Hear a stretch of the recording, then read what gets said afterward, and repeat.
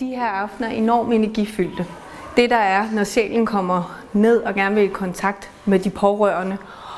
Og det energilink er noget af det mest healende og det mest levende, jeg overhovedet kan opleve. Jeg er kommet her i aften, fordi jeg synes, det er vildt spændende.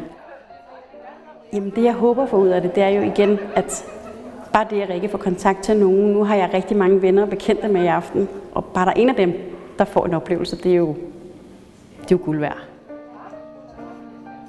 Jeg har været her nogle gange efterhånden, så det er jo i håb om, at man får lidt kontakt med de afdøde.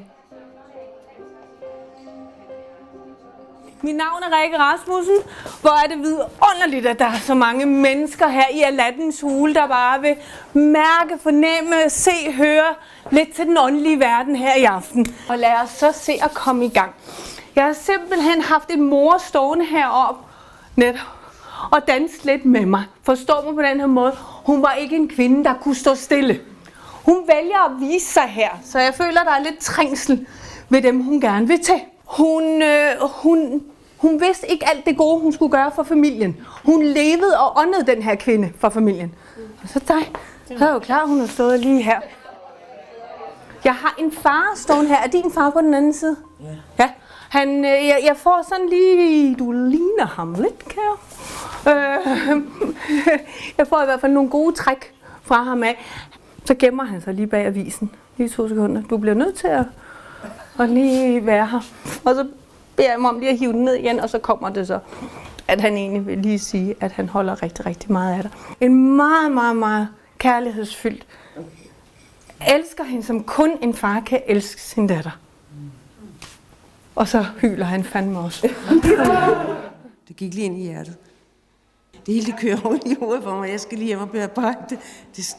Det skal jeg. Det er ligesom at få et eller andet i hovedet. Altså, så det skal jeg lige hjem og tale med min mor om også. Jeg har din farfar stående ved siden af dig. Nej, det er ham, der mimer mig i øret. Ja. Jeg får sådan.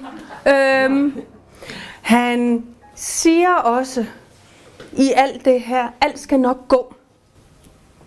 Men han beder dig også om, at det du laver, skal du være 100% glad for. Og så bliver han ved med at vise mig et hav af unger. Så det der, om du har overvejet at blive fodboldtræner, eller pædagogmedhjælper, eller et eller andet, Martin, så gør det for Guds skyld. Rikke fik kontakt med min farfar. Jeg er kok, køkkenchef, og det har været en del år. Og lige pt. Vil jeg undersøge, hvordan jeg måske kan komme ud og lave noget mad med nogle unge, eller nogle udviklingshæmmede, noget i den stil, for det kan jeg mærke, at jeg gerne vil. Og så giver det meget god mening, han giver mig ret i det. Stor hilsen fra farfar. Ja, vær så god. Aften i aften var enormt energifyldt. Der var rigtig mange sjæle afdøde til stede. Som du kan høre på sådan en aften her, så er der meget healing. Og det er ikke sikkert, at du får et budskab, men det kan være, at din nabo gør.